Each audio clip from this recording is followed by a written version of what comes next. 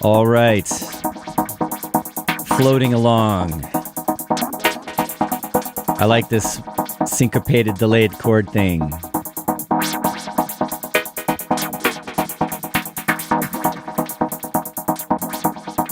It's Electro Saturday today. Music-wise, keeping a little more on the chill, nerdy side. Who was first in the chat today? Luminous Cloud. What's up? We got Ordrereer here. Eric Emery is here. Sean Hodson. Just made it back in time for the show. Nice. Sean says he's out and about for record day. Is today record day? Record day? It's also Earth Day. Spend some time outdoors and enjoy what we have while you're out looking for records made from petroleum products. I'm sorry. What's up, Manuel Gloda? Mike Harding. Mono Pong. Jean-Paul Bondy. Greetings, nerds. That's right. We're honest about it. Oxygen levels critical. Hey, what's up? Simple Sam is back. We got Data Rebel from the UK. And yes, Jean-Paul, we are listening to some vintage serotonin today. Lie Society is back. Acid Bat is here. Right MZK. Hello, hello. Farning.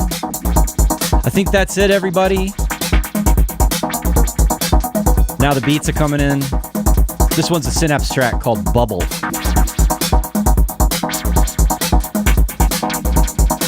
And here we are. Welcome to Selway's Techno and/or Electro Saturdays today. Keeping it an electro vibe, maybe a little bit of a hybrid vibe. And I've got a guest back. Bring him on in a moment. He's been here before. He does really cool stuff with Max for Live devices and his company Manifest Audio, which he does along with Max Xavier, or Tim Xavier, who calls himself Max Xavier on Facebook, and it totally confused me just thinking of that right now. Sorry, Tim. Anyway, this is 343 TV, brought to you by 343 Labs Music Production School. We're based in New York and Berlin and online, of course. We've got all sorts of courses and different programs going on. Ableton Live music production, Logic music production. We do synthesis and sound design, mixing and mastering. You can do songwriting and arranging. We're starting a new year-long program coming up in the fall where you could, come in and kind of do your masters without getting a master. Like, just if you really want to, get in and deep dive and do all the different subjects covering music production, performing, getting your stuff out there. Check out our information on the websites. The links are below. Whether you want to take class in New York or in Berlin or online, this year-long program that we're starting, you'll be able to move around between online or in person. And if you are the sort of person who likes to travel internationally, you could take classes in Berlin. You could take classes in New York. It's all part of the same program. Going to be some complicated scheduling, but we're up for the challenge. So let us know if you're interested. There's all sorts of more detailed info on the website. You can submit interest. You can submit an application already if you really want to dive in. And yeah, cool. I'm also in the middle of doing a Making Techno course right now. We're halfway through. It's just a short 6-class course, just mostly beginner focused on, learning about some fundamentals of techno production in different styles and approaching it from different angles. A little bit of, composition, a little bit of sound design, a little bit of mixing, everything you need to do to make techno. And yeah, it's going really well. I enjoy that. Hopefully we're going to do some more genre-based courses. We have, one of our instructors, Dane, does like a bass and sort of hip-hop and trap-oriented genre course as well. We should do an electro one. What do you guys think? Making electro. Got to write that curriculum now. All right. Enough due diligence. Let's just go ahead and bring our guest on today. This guy, he's a brain. He's a talented music producer. He does stuff with programming and Max for Live that I probably will never fully understand. And I really like what he's doing. And they've just, he's just updated a bunch of his stuff. They have this big ultra bundle that's available for Manifest Audio now. He's here to show us some of the new things that they're doing, some updates on devices we've looked at before, and then some new tricks up his sleeve. There's a pinned message in the chat. We have a discount code for all orders for Manifest Audio. If you guys want to jump in and try out some of what he's doing. That said, let's bring on Noah Pred. What's up, Noah?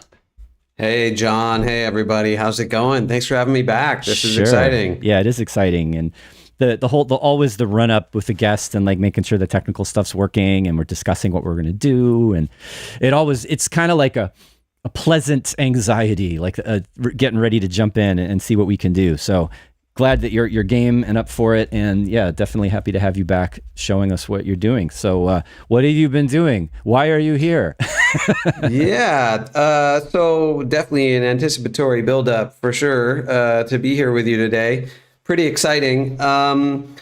Yeah, so I think last time I was here, I was showing off this fancy new generative, semi-generative performance sequencer I've developed called Pattern Engine.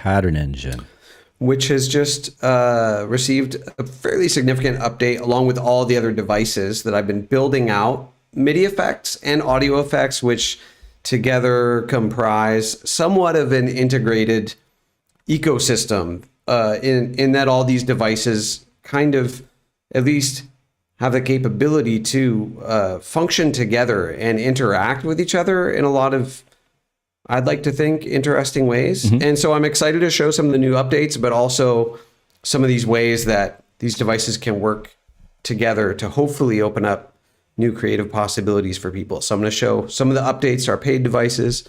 I'm going to show some of our free stuff. Oh, cool. Too. There's a lot of good free stuff.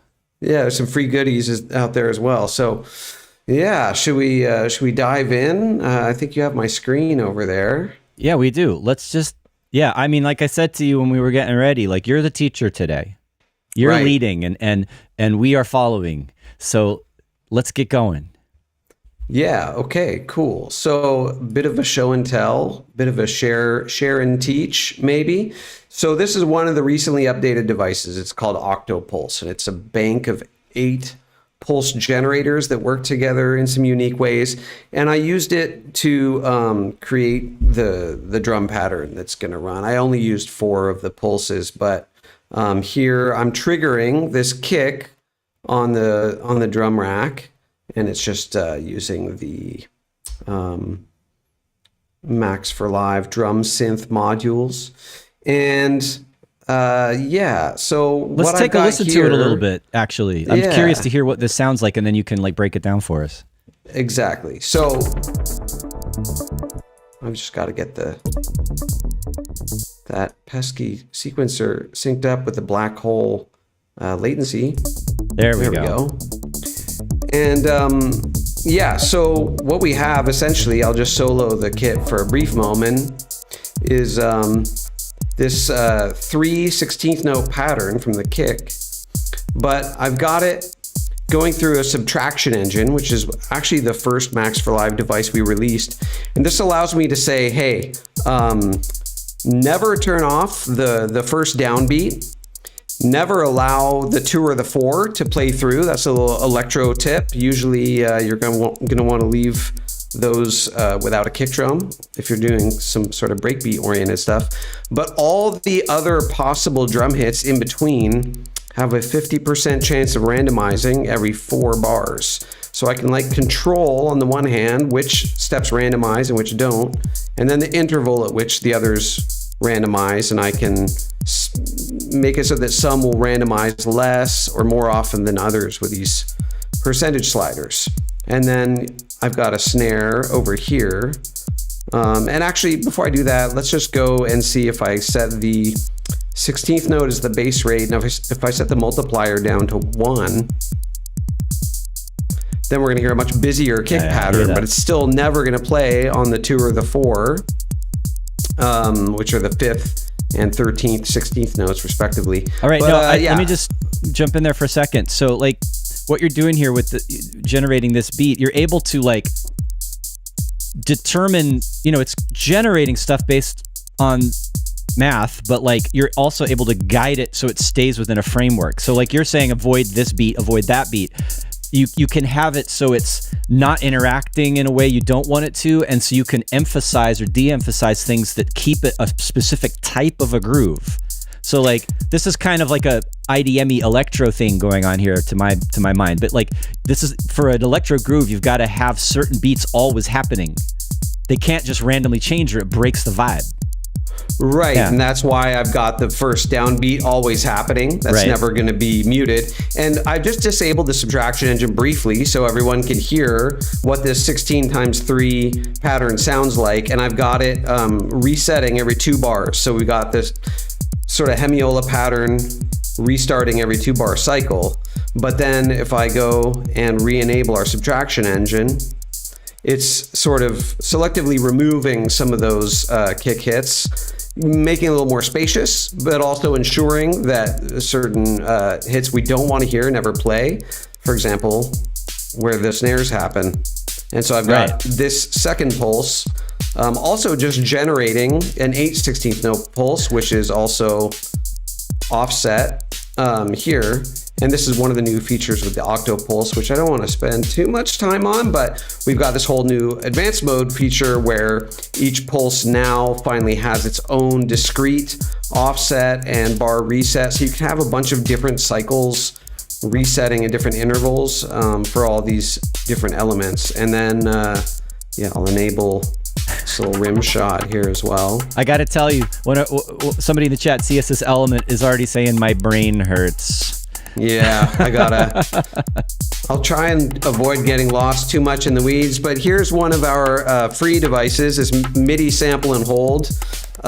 So it's taking every 16th note coming from our pulse that's generating the hi-hat here, and I've got it assigned to the decay. So that's why we're getting that sort of skittery pattern on the hi-hat that would otherwise be quite static. If I turn the depth down, then the hi-hats are just not moving around. But as I increase the depth, we get all this nice movement that's really a little more compelling, I find. And then just to get super nerdy on one of the features of all these free devices, all the MIDI ones at least, that is a little bit under discussed, I feel, is that right now it is randomizing every single note it receives, 100% times every single note. But I can say, let's increase that. And now you'll see that there's a gap there. Now it's generating a new random value every 2 hi-hat pulses that come in. And we can say only randomize 75% of those, for example. So now even the randomization itself is randomized. Okay. Just to create a little more movement or have a little more control. Like for example, with our MIDI envelope generator, it's fun to trigger an envelope only every 3rd chord stab or something. So instead of forcing it to generate every single note, you can have a little more control. Got it. I have a question from the chat. Yes. The sequencer initially generating the beat that you're subtracting from and then doing other things. Yes. Is it Euclidean? That's a great question, and that is going to be a feature I plan to add. Okay. With version 2, I think it's on the roadmap. Let's say. Yeah. So before we go ahead, it looks like we're having an unfortunate little bit of a technical problem. Just a little hiccup here. Yeah, the screen share seems to have disappeared. Yeah, I'm just relaunching live to try and remedy that right now. Oh, did live crash? It seems that it did. Oh no. Okay. Yeah, so let like, the set go for 3 hours beforehand, which is maybe that's okay. A little long. Now, right now we're back. It's actually my DAW here.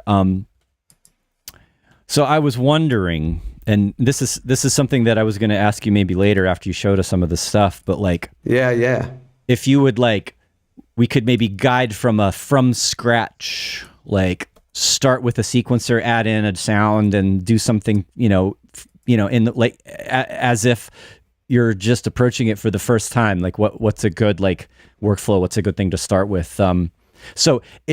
Just also pointing this out, if it continues to be an issue with the screen share going away, then we can switch over to this model where you're like teaching me and I'm making something in real time. So we have a backup plan. Awesome. It looks like I'm back up and running over here. All right, let's give it a shot. But yeah, I don't know. I have to maybe resubmit it to your streaming stuff. Got it. You might have to start video share again. Source, screen share. Yeah. Window live. There we go. All right. Give us some audio. It would be my pleasure. Fantastic. All right, we're back. Okay. Amazing. And seems Black Hole needs me to restart the transport 3 times. 3 is the magic number. So, yeah, I mean, if you were starting from scratch, one element that I recommend people using these devices, it comes bundled free with all of our paid devices, is this global hub. And that determines the scale and key that all of our devices are going to use. I've also got settings like global swing, for example, to impose the swing setting in all the devices in sync. You can also randomize to a new scale and key if you don't know where to start. Yeah, so it's what binds all of these devices together. So as we examine the pattern base, this pattern base track's got the pattern engine on there, you'll see it's adopted that blues scale in the key of E. All right, so the global hub's on your master, and you've selected a particular scale, and all the other devices that accept that scale information that you load up in the project will follow what the global setting is. That's correct. Awesome. Yeah. And you can exempt certain devices from that. For example, in certain situations, you might want to leave, for example, a device that's triggering a drum rack as chromatic, because if you force it to a scale, maybe then it's going to miss some of your drum pads that you don't want. But so then you can just click this toggle to set it to local pin mode or toggle back to the global mode there. Cool. And so then Yeah, like I do want to like get some concepts out there, but I also want to just play the tunes. Yeah, So let's hear it. we started with Pattern Engine last time, and trying to get that third. There we go. Magic third time. I don't use black hole often, but so what we have here is a 5-step pattern, and this allows me to randomize the pitches, that sort of shuffle button. Every 4 bars, it's going to select a new pitch for those, and we sort of examined that last time around, but what we have now is this new randomization mode called Decide. And in Decide mode, I can specify 2 different note pitches. So in other randomization modes, these specify the minimum and maximum range of randomization, the highest and lowest it could go to. But in Decide mode, it's only those 2 pitch values that it can randomize to. And so one way to think about it is now, and I'll reduce the interval to 2 bars. What is being decided right now? Which instrument that we're listening to should be for the change? So it's this synth bass. Awesome. Right? And yeah, so in this advanced mode where you get access to all those advanced per step randomization settings, in that mode, and only in that advanced mode, I can randomize with this small little dice. I can randomize those minimum and maximum values. Now, I might want to prefer to set them manually for whatever reason, to say I want a certain step to probably be lower and others to be higher. But one way to think about it now, and the Decide mode has also been implemented in some other devices that make use of it in a slightly different way.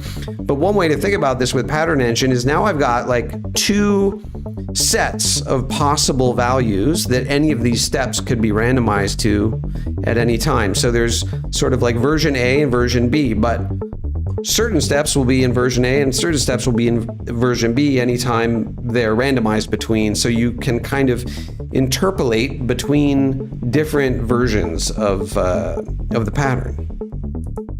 I think anything, like, because, you know, this isn't totally random, but there is some unexpected things that can happen.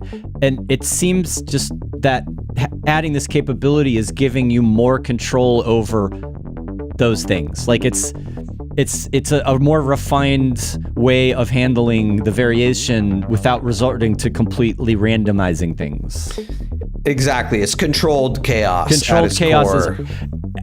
It's always necessary to make. All right, you can have completely random sounds and try to make music with it, but like if you lose the patterns and if it's not recognizable, then it just drifts into craziness, right? So we've got to set a limit. And you're giving more options in this generative way of creating melody and rhythm. You're giving more options to control the chaos. Totally. And, you know, if you really want to control the chaos, and what I recommend a lot of people do it's one thing to use this live and you can interact with it in all kinds of performative ways. But as you say exactly, when you are producing a song, ultimately at some point you need some of your elements to become a little more reliable. You need to know the notes that it's going to play. And so one thing that we could do with a pattern bass, for example, and all these parts that are being generated is to perhaps record some MIDI. Yeah, always capturing the output of the generative sequence is a really good idea.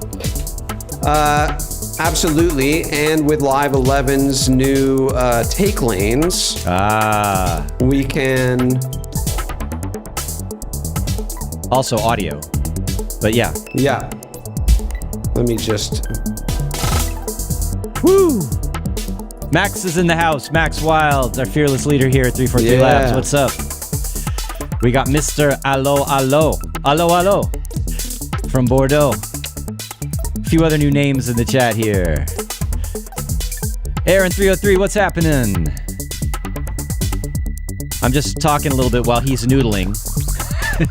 We're almost to the halfway point here on Selway's Electro Saturdays with Noah Pred from Manifest Audio.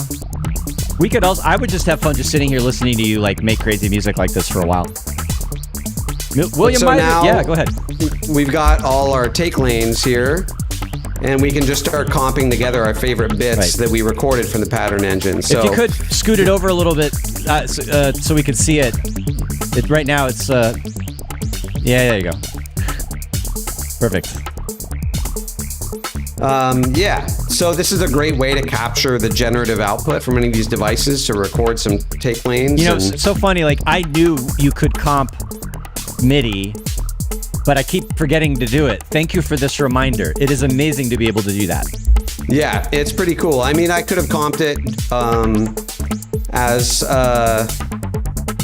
as audio just as well as MIDI, but MIDI I find a little more flexible, and then I can still go back and automate my filter parameters and whatnot. It totally makes sense in this situation with this real time, because you're not just using MIDI sequencing and generation, you're also using, you know, modulation to change the sounds. And if you want to keep being able to do that, you know, once you commit that to audio, then all those parameters are unavailable.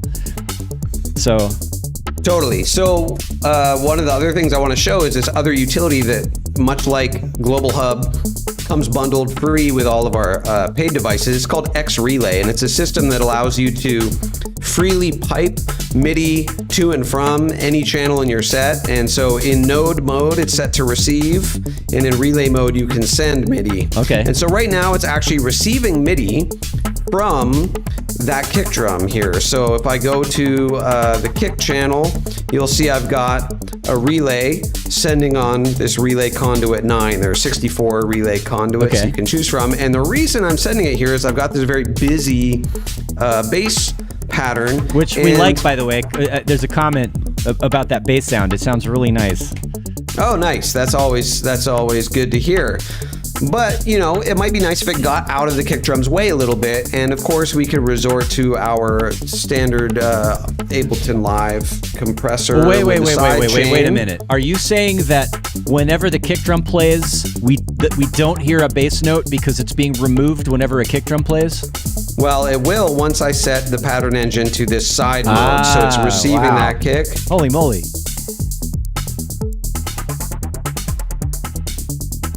So moving a little fast, so it's kind of hard to discern maybe, but... Just as a side question here from Manuel Glota, all of the sound is Ableton devices? It actually is, yes. Okay. In fact, it is. So I've got this lead sound here, and it's receiving MIDI from the pattern engine. I put it on relay 7 for some reason. And this Pulse engine is great for a lot of things, but it can also generate sort of ornamental ear candy kind of stuff. And that was my intention in sending it the MIDI from the pattern engine. And I'm just gonna double check and make sure. This is some high level stuff going on here. Okay, now we're hearing those notes come out a little more reliably. And yeah, so I've created a new fill mode in the new version of Pulse Engine where it's only going to play notes in between incoming notes. Got it. And right now, all of these 16th notes from the pattern engine are not leaving any room for it to fill in. So what I'm going to do is go back to the pattern engine track and reduce the play chance here on the chance engine, and I think, oh yeah, I've got the chance that pulse will be generated set to 0%. So we won't hear anything until... What?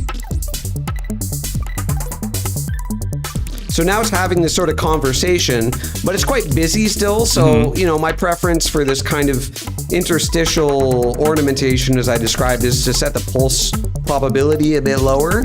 And the variance is the chance that the rate of these pulses will change. This, of course, is adhering to the scale and key determined by the Global Hub. And I can set the pitch internally, or set it to be, you know, a certain amount of semitones higher than whatever pitch it last received, in this case, from that Relay 7. So hopefully starting to see some of the possibilities, the way these different devices can interact. I can hide the viewer, but it's kind of useful to see some of the notes. And we've got this hold percentage here. And right now we're not seeing any of the blue note output because it's in solo mode. But if I allowed it to play the pattern engine notes that are coming through, then we see them as this blue line here. But you can hide the viewer. It's just kind of useful to understand what's going on a little better. And one of my favorite new features I added to the Pulse engine is this note length decay. So within each triggered cluster of notes, each note within that cluster will become progressively shorter in length with this decay at a negative value. So yeah, that's the crazy. thing. That's the thing that's happening. Yeah, and then let's see what's going on here.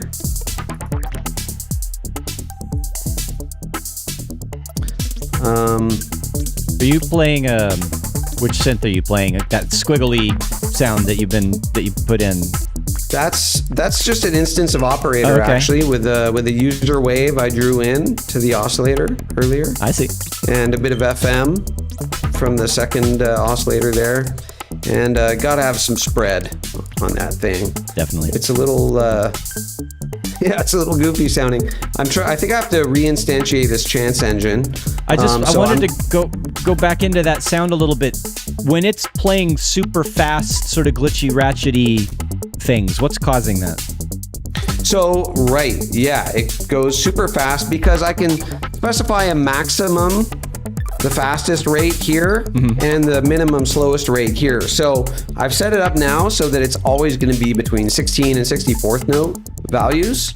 And it's straight, so it'll ignore triplets or dotted, but I could just as easily say no straight, and then it would only be triplets and dotted within that range.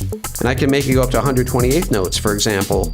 Right. And then it would be even more crazy and squiggly. Indeed. So Mike Harding in the chat is asking, is this triggering everything in the track? So I think we want to be clear with everyone on, each instrument that you're hearing, right? You've got the drums, you've got a bass line, you've got this kind of squiggly, glitchy, what did I just say? Glitchily?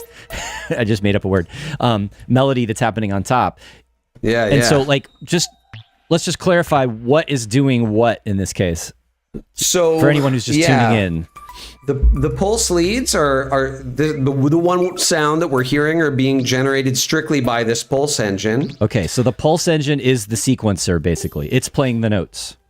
Right. And it's reacting to something else, though, right? Right. So it's only allowed to play notes when this pattern bass is not playing notes, because I've got it receiving MIDI from that track via my little node relay system. Okay. And it's set to fill mode. If I set it to free mode, it's going to ignore. Okay. It's just going to continue. All right. So whenever something isn't playing on the other track, it plays something.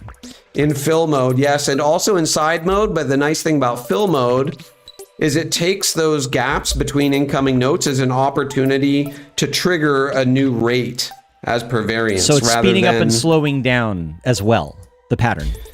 Yeah. Right. So each note off is a trigger to change this rate. So like this, otherwise in free mode, you can specify the span at which that variance will be triggered. So right now it's every quarter note that rate is changing. And we're hearing the sound is monophonic with a portamento, so it's bending between notes because they're longer note lengths. With a probabilistic hold there, yeah. Which is a cool effect as well. I'm not sure why it's stuck on that, but... I mean, this is complex stuff. Even the creator can get stumped by its behavior occasionally. There's a flush button, but it's not, and which is there for that situation to flush stuck notes. That's a good thing to know if you're diving into this. And you're like, what's going on? It's stuck. Hit the flush button. All right, it's kind of like a panic button. Yeah, it's the logo. Usually, I have doubling as that, or sometimes that could be the viewer. Yeah, there we go. Okay. So anyway, all right. So that's that sound. And then we have the bass sound. And the bass Then we have is the being bass. played by... The pattern engine, Right. which is this lovely thing. It's just a 5-step pattern that's resetting every bar. Okay. And then the drums are being generated from the Octopulse with some constraints imposed by the Subtraction engine and some other stuff we'll get into. Oh yeah, I didn't show on the rims. Another one of our free devices is the Note Realm. So when you're hearing sort of beat repeaty pitch drop repetitions on the rim shot, it's an audio from effect. the Note Realm. No, it's a MIDI effect, so it's Oh, coming before the simpler here. I see. And so I could tell the pitches to go up in value or down in value, but they'll stay in this key, which for drums is maybe less relevant, but it's probabilistic. So we can say, Note you know, Realm. So it's kind of almost like a MIDI delay, but it's also doing pitch transposition. it is a MIDI delay, it's a MIDI echo, but the thing that I came up with for this effect is, you know, when you have a normal MIDI echo, the echoes just continue going up and then either stay at the highest MIDI note, which is like C8 or something, G8, I think, or kind of disappear. And I gave it this bounce mode so that when it hits a maximum value, it'll then reverse direction and start bouncing downward. Oh, okay. So I have to turn the velocity up. That sounds really cool. But they keep getting re-triggered because they're too close together. But if you put it on chords or something, And then again, all of those pitch shifted MIDI notes are within a scale as well. So it's staying within like a scale or a key. exactly, it's all adhering to that global hub. All right. Manuel Glot is But, asking, how do you like, speaking of to when things are going wrong or crazy and you don't understand what's doing what, how do you debug this? Like, how do you figure out where you are? Right. Okay. That's a great question. I've done some pretty in-depth audio-visual installation work using these tools, and it's like that practice of creating some of those intricate experiences that drives my practice of developing these tools. It makes me realize how I need this to do that. And so I use those as opportunities to really thoroughly test all the devices. Can they run for 8 hours in this, you know, intensive situation? And I mean, I'm just keeping track of what's where, but I mean, I built the things, so it's kind of maybe easier for me to do that than necessarily anybody who might be using them. Sure. But well, let me just kind of, I also want to maybe reinterpret that question in, not necessarily in development of these tools, but like using them and making music, and you're connecting this to this, and you got these things interacting, and like, how do you keep track of that? And if something's going wrong, is there a quick way of figuring out what that is? Or any advice you have there, maybe? Well, it depends on what's going wrong. I mean, I haven't experienced that too much, but we've got devices like this Note Scoper, for example. It's just a utility. Oh, so you can see where it's gonna show you like what MIDI is coming in. That's very valuable. It's kind of like when you're using Spectrum and on your audio. Exactly, it's very much like that, and I've got an audio sort of version of that. So it's showing the real time and the slow roll there simultaneously, along with the outgoing velocity and note in this example. And then, yeah, I don't want to get too into all of those, but another tool, another free tool, included in the bundle of paid devices, is a little track note utility. So I could say, sent through relay. I've seen some devices like this before. You can like keep track of things and help you keep organized, like writing in text, that kind of thing. Saving with the rack or whatever. Exactly. So just to give yourself little reminders. So all you ought to do is type directly in this little window and hit enter, and then it'll save with your set. Great. So that can be helpful for reverse engineering stuff going forward. I'm right in front of it in the window. I have to kind of get out of the way a little bit. Nice. So I'm just going to add a chance engine here to get some notes generated. So chance engine is designed to probabilistically manipulate incoming notes, but it can also be used in a generative mode which is what I'm going to do here. So Is that the chords we're hearing right now? Yeah, those pads that just came in. All right. So we're going to hear it in...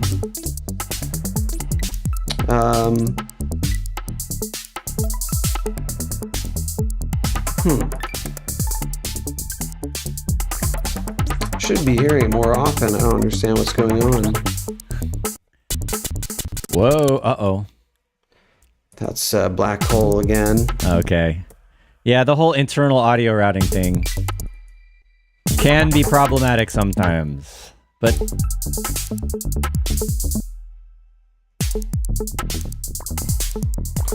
So what I'm trying to do is to get this note playing a little longer.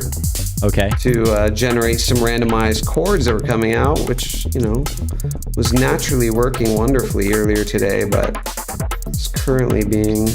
You know, once you hit live, once you go live on the stream, all bets are off. This is how it is. But yeah, so you might have noticed that... actually, I'll just put this into process mode. Okay. And put a long note in here. That's gonna get us there. I think that'll work. We're still a little out of sync. You know what? Let's take a break from the beats a little bit and just listen to that one track, so everybody knows what's going on. There we go. So here we go. We've got these pads going through. That's nice. I'm randomizing the pitch. And you might have noticed that when I dragged it in from the browser, it automatically inherited that scale and key from Global Hub. And that's why I created Global Hub, is because I got really tired of navigating through this scale menu every time I brought a new device in. And so it's simply a way to, you know, make that process a little easier. I think I want this just chord to be a little as an aside, longer. when you finish this track and arrange it, you have to do a section with just the chords because it's so pretty. Aw. You're such a gentleman, John. I am. I'm a sweetheart. So we've got our free little MIDI LFO on here, which is assigned to this wavetable position. It's hard to kind of hear, but it's got some fun features where, you know, Live's MIDI LFO is great, but it doesn't actually reset with MIDI re-triggering, which is a nice thing you can do with this. That's important. I was just going to ask you, what's the difference if you're using the built-in stuff that comes with Live or whatever? What's the difference with the regular Live LFO and yours? And you just said one of them. What I can also make the LFO cycle probabilistic, so now it'll only cycle 61.4% of the time, or wherever you set this value to. Whoa, that's a new one for me. I hadn't thought of that. But it totally makes sense now that you've thrown that in there. I'm like, that could be very useful. Right. And let's see.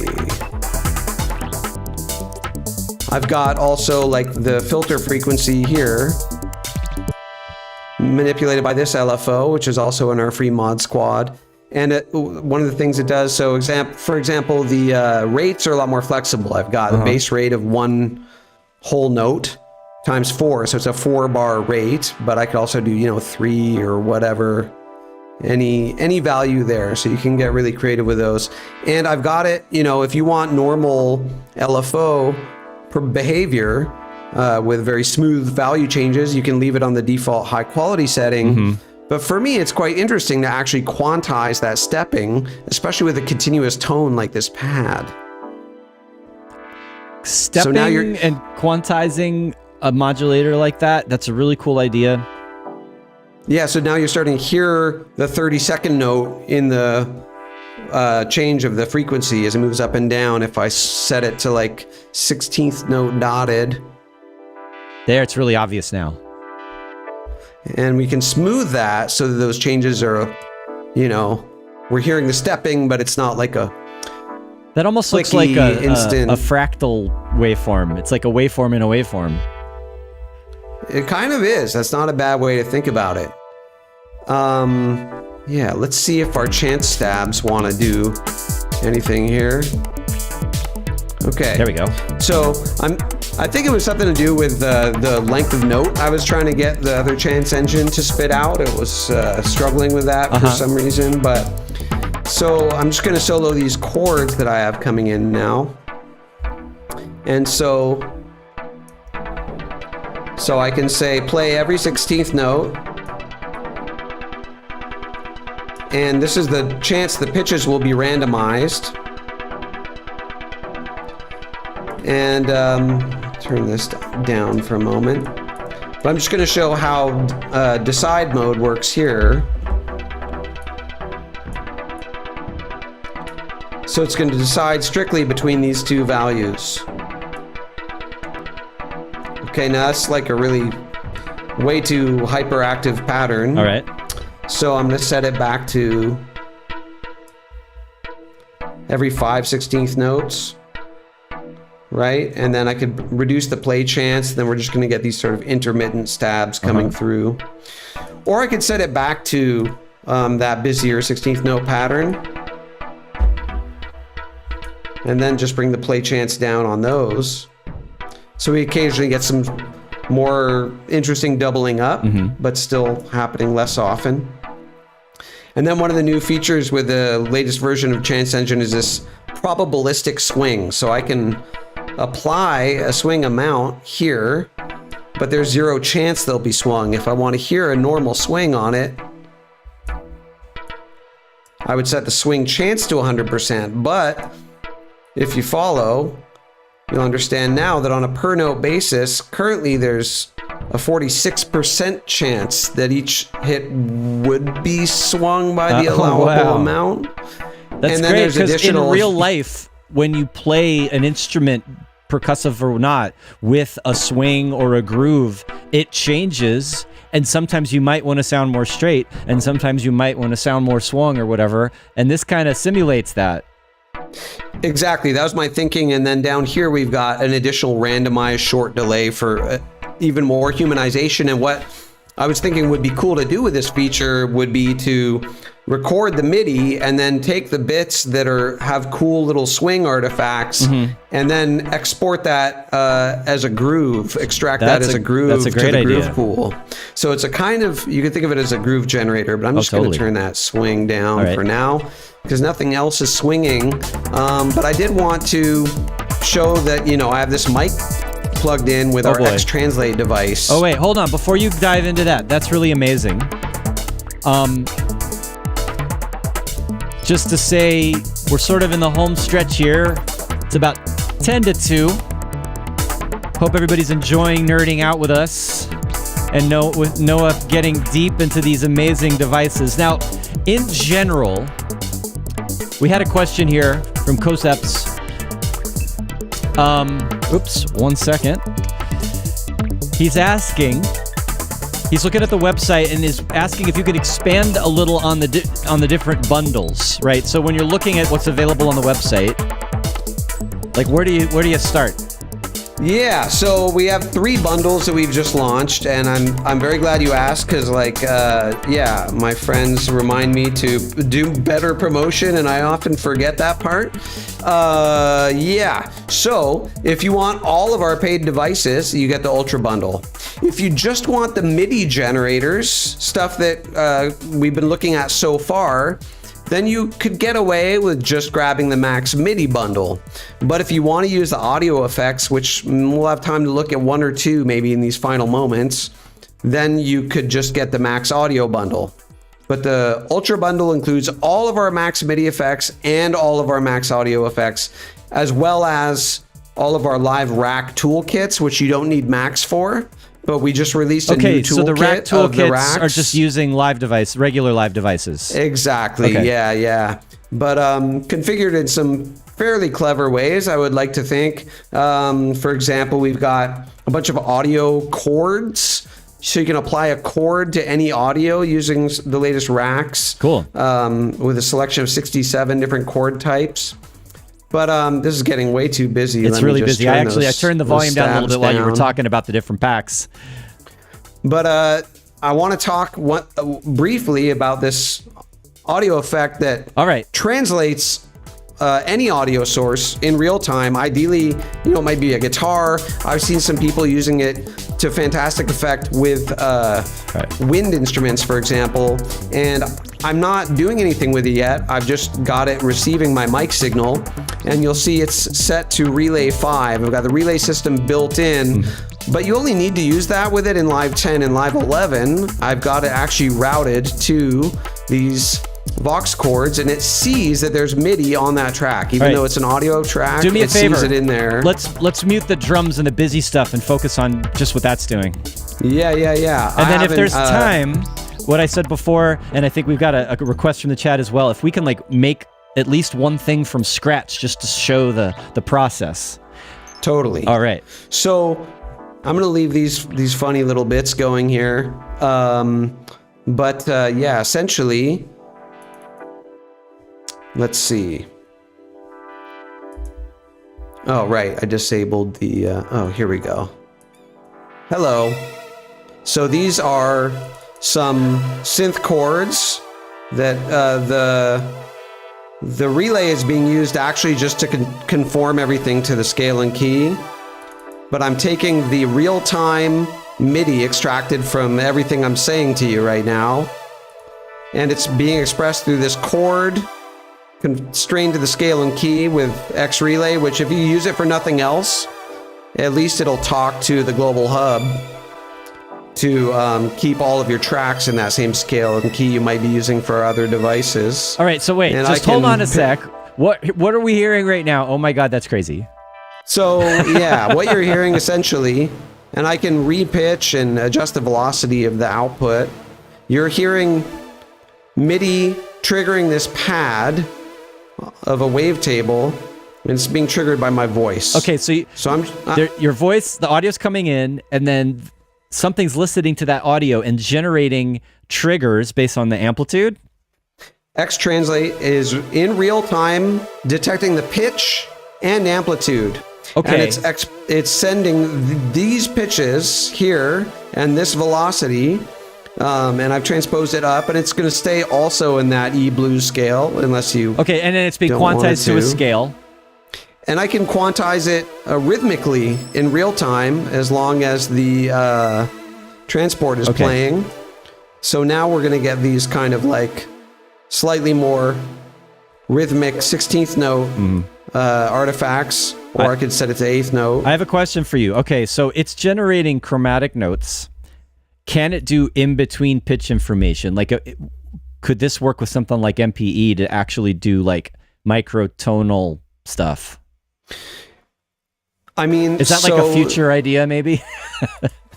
There's a way to export the raw frequency information, but and yeah, I guess theoretically I could send that as an MPE signal. I could convert it to some kind of MPE signal.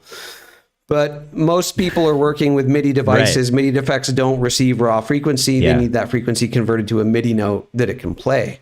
But the really cool thing here is that I've got this vocoder, and I've set the vocoder to receive the chords that are being generated from my voice on this other track. And so now if I unmute this, we're going to hear real-time vocoding. Fantastic. From my voice. I love this. And I can change the pitch. You know, one of the things about using a vocoder, and if you have to play chords and keys at the same time, it's really hard. Yeah, so it's extracting the pitch information from my voice. So now you with a few little artifacts I could adjust. So you could just talk and everything will sound cool because of the scale and the chords and it's oh, this is great. That's the idea. And this is the most electro thing you've done in this whole stream. I'm going to set the pulse leads to relay 5. And so now they're going to listen to my voice and they're going to start having a conversation with me. Uh-oh. So they're going to answer you. Yeah, they're going to answer me. What an amazing live performance tool as well. I'm going to bring the pitch down on them so they're a little less, you know. My gosh. Might bring the volume up. And so they automatically shut up when I talk. And now they start doing stuff again. And what I didn't get into at all, unfortunately, is like the X effects, which I think I'll turn off the vocoder, which is a bit distracting, but the pulse leads will still go in between my voice.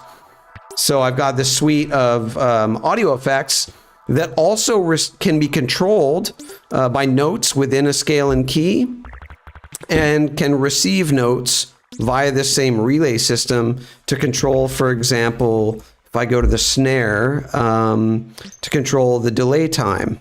So the delay time of the snare, if I solo that, might be kind of subtle, but if I increase the feedback, then as I change the pitch of my voice, it's going to change this transposed delay time. Dude. So yeah, it's ultra nerd nonsense, and But a lot no, of this. it's great for the expressiveness, and especially like, okay, you can use any audio, not your voice, right? It can be any audio, but if it is your voice, or like you could have like an audio instrument, or just be playing a keyboard, and while you're performing or jamming, like whatever you play or whatever you say or sing is going to affect all sorts of sounds and things in the music, which is incredible. There's so many, I can imagine a lot of different ways to use this, right? And what you've just done with the vocoder is just one really cool example of that. That's great. Yeah, awesome. And I mean, it doesn't have to receive it from audio that's being translated through X-Translate, although that's a great option. It can also receive just from MIDI that's being played. So if I played some MIDI notes here, if I set this to a relay and put it on relay 13, and let's just write in a couple notes real quick. People are already asking for more time. They're like, no one needs 2 hours. Ha! I love it. I love it. So now this would be getting, let's hear. So I don't know if y'all can hear the delay time being changed, because it's receiving that CG pattern that's being conformed to the scale, I hear the key, pitch whatever, going up whatever. and down. You know, for everybody, exactly. Some people might be unfamiliar with the concept of using very short delay times with feedback to generate like an oscillation. And that's a very, also, if you're making electro, very classic effect to do in electro. Totally. And you can use it on vocals, whatever. I've got, let's see, what do we have in the X effects? We've got, we have a comb filter. We have some utilities, X Connect, which allows you to, similar to the X Relay, you can pipe audio to and from any device in your set and sort of crossfade, blend it with the signal that's already there. So it allows for much more flexible audio routing into, for example, chains on a rack. Got it. But anyway, we've got like the X filter. So that would allow you to play a resonant low pass filter that's following a MIDI pattern, or inversely, you could remove notes around. For example, a bass line that's moving around, you could use that to control a notch filter to pull those exact frequencies that is playing out of some other element that might otherwise conflict with it, for example. So it's also a mixing tool. It's also a mixing tool, dude. 100%. And we've also got a harmonizer, which there's a bit of latency, so probably drums is the worst example to put it on, but it's also connected. All of these are connected with the global hub, scale, and key, as you can see there. And if I pin it locally, it sort of like looks more active or whatever, but in global mode, it shows up like that. And then you can also add your different frequency shifts. Cool. So listen, it's just after 2. I don't mind going a little longer. If possible, because we had that request from more than one viewer about starting a new thing from scratch just to see the workflow. It doesn't have to go crazy, but like if you were to add a part to this, right? Right. Like what would you well, you kind of first need to decide musically it's already pretty busy, right? What else is going to fit in here? So if you want, maybe it's easier to start fresh. I think I'll start with, I'll go back to our drums, leave our drums going. Okay. Have some electro activity, as per the theme you announced at the start. Yeah. But I think what could be cool is to use that chance engine to generate a new synth idea. Sure. And so let's just use that pattern-based sound again. So I know we're not starting complete. Well, yeah. People seem to like that. So I'm just going to option drag the instrument itself onto another track. Okay. And yeah, then I'll start with the chance engine. So what's on that device on there already is your sound. This is the wavetable with just the one filter macro assigned. So now you're that's gonna all you really need at the end of the day. And now you're gonna make a bass line. If I switch it to generate mode, it's gonna start generating 16th notes. So I'm gonna move it down a couple octaves. Okay. So right away, I can just add a bit of octave randomization with some hold randomization as well. Hold is gonna do what? It's gonna sustain or hold the note to enforce a glide. Okay. So shorter, longer notes. So it's the chance that the notes will glide because it's a monophonic synth with glide enabled. Got it. And I could create a more interesting rhythmic pattern, for example, every third 16th note, resetting every bar. And I can offset that so it's not starting on the 1. So now that pattern is starting on the second 16th of the bar. Got it. Okay, so for any parameter that's not clearly labeled, they're all info view annotated. So you can always just hover over with the mouse and you'll see there in the lower left, pulse rate, offset multiplier, loop reset, everything is described. But now I can start randomizing the pitch. And it turns into, generative, melodic, sure, whatever. So before it was just doing octaves on one note. Now it's transposing the note up and down over time. Exactly. And the octaves will still be transposing, but this is like the pitch within an octave that's being randomized. But by default, that pitch is being randomized every single note. So I'll just go back to our full 16th note pattern. And we can say, much like I was showing with the sample and hold, that we don't want to necessarily generate a random value every single note. We can say, generate a new pitch every 8 16th notes. It'll inherit whatever that bass rate is. So I'll turn the octave off so we can hear. So now the pitch is randomizing every 8 16th notes, but you can set it to something weird like 15.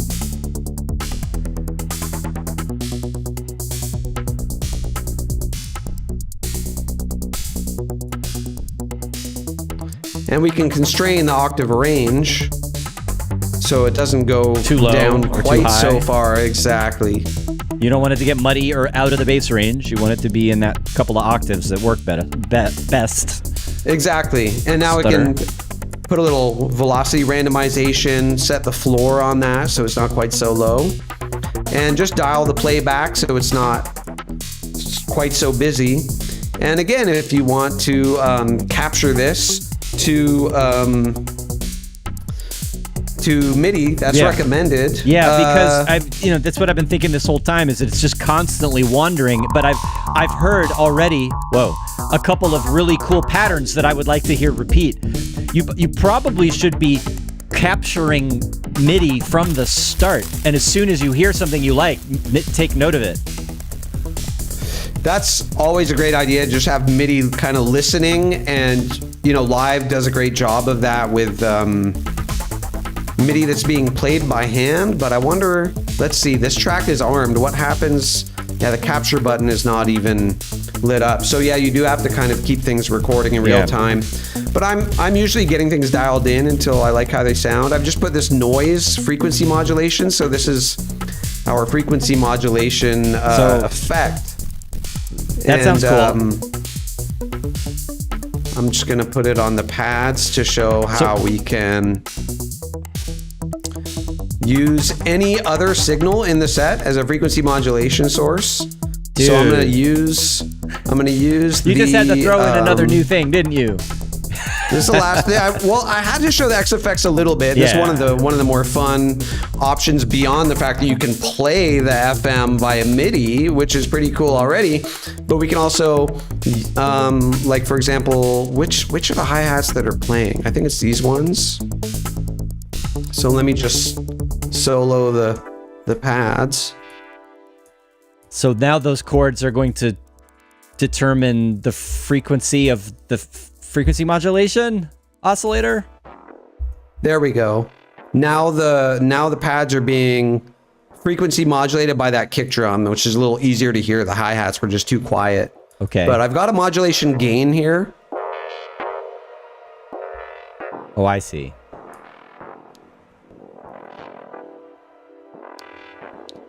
And all of these X effects, they've got the output settings with the scale and key, glide if applicable. They've also got a unique input setting where you can specify that the effect should only be applied to signal above a certain threshold or a crossover. It's got a crossover mode, so I can say only apply frequency modulation above 313 Hertz Detroit or above, say, minus 30 decibels would then receive the frequency modulation. And that's for all the X effects. They all have those input settings. That's great.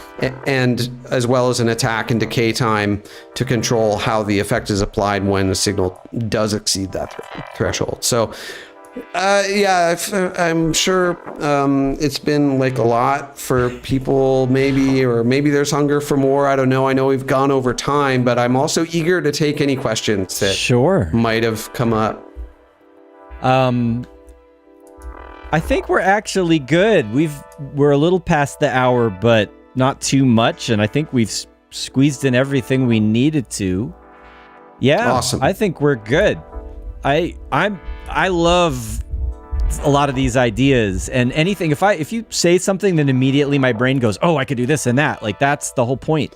So I hope that others out there watching today are like, on the one hand, there's the technical complexity of how these things work, but when you hear it being used and you realize, oh, that effect, that reaction, that type of a sequence, and it inspires an idea and gives you a direction to explore. Whether or not you're using these devices doesn't matter. It's inspirational. And I hope, though, that people will check out your devices because as complex as they are, you can get incredible results, And you must have some tutorials on some of this stuff of your own available.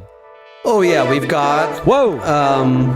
Yeah. We've got a bunch of tutorial walkthroughs on all our devices on our YouTube channel. I need to do one for the there's a list of the new features and the updates. I should maybe do a new one to walk through them a little more deliberately. But yeah, there's a lot of usually 20 to 30 minute in-depth walkthrough videos on our YouTube channel. But yeah, no, exactly what you said. I've heard it referred to as the realm of adjacent possibility in certain scientific fields. Nice. And it's driven me in my musical practice and my artistic practice, but also in building these devices. Exactly what you said when you discover, oh, wait, if X can do Y, then Y can do Z. It's that whole moment of... eureka moments of discovering your possibilities expand before your very eyes. And I hope you'll all, if you're interested in the stuff, use the discount code that John posted, but also grab the free devices. If you go on our website to the free Max part of the browser, we got the Mod Squad, which is 16 different modulators, and the Note Realm, and a bunch of other stuff. So a couple of people have asked, would be great to build a whole track from scratch with your devices. So we could do this again. I was thinking that it might be good to do that not live, like do a video together or just on your own, whatever we want to do here at 343. Because wait, you're also an instructor for 343 occasionally, right? I am. It's true. It's true. If you guys want to get up close and personal and learn directly from Noah, you can. I mean, are you just teaching locally in Berlin, or are you also doing online? I am mostly doing in person here, but I think I'll be switching to doing more online for 343 in the future. So yeah. Great. So there's one option if you want to learn more about what he's doing and how he does it. But I think doing some kind of like tutorials on using these devices in the creative context would be amazing. And I'm sure there's a bunch of people here that would eat that up. That's a great idea, to go from point A to point Z with all of these and make a tune. Sure. That's the whole idea for sure. Great. So I think we could wrap things up. Thanks again, Noah, for being a guest. And it was fun as I totally anticipated. I knew I was going to enjoy this. Awesome. Because you're making some cool music and you're making really cool devices and unique ideas behind them to like create cool music. So that's what we like to do here. Thanks everybody for hanging out today, nerding out with us with the Manifest Audio stuff that Noah has developed. And we've got pinned in the chat is that discount code if you guys want to dive right in. But there's also a bunch of really good free devices, which just check them out. And we're going to sign off for today. Thanks again to all of you. See you next time. Thanks, John. Sure Thanks, thing. everybody. Adios.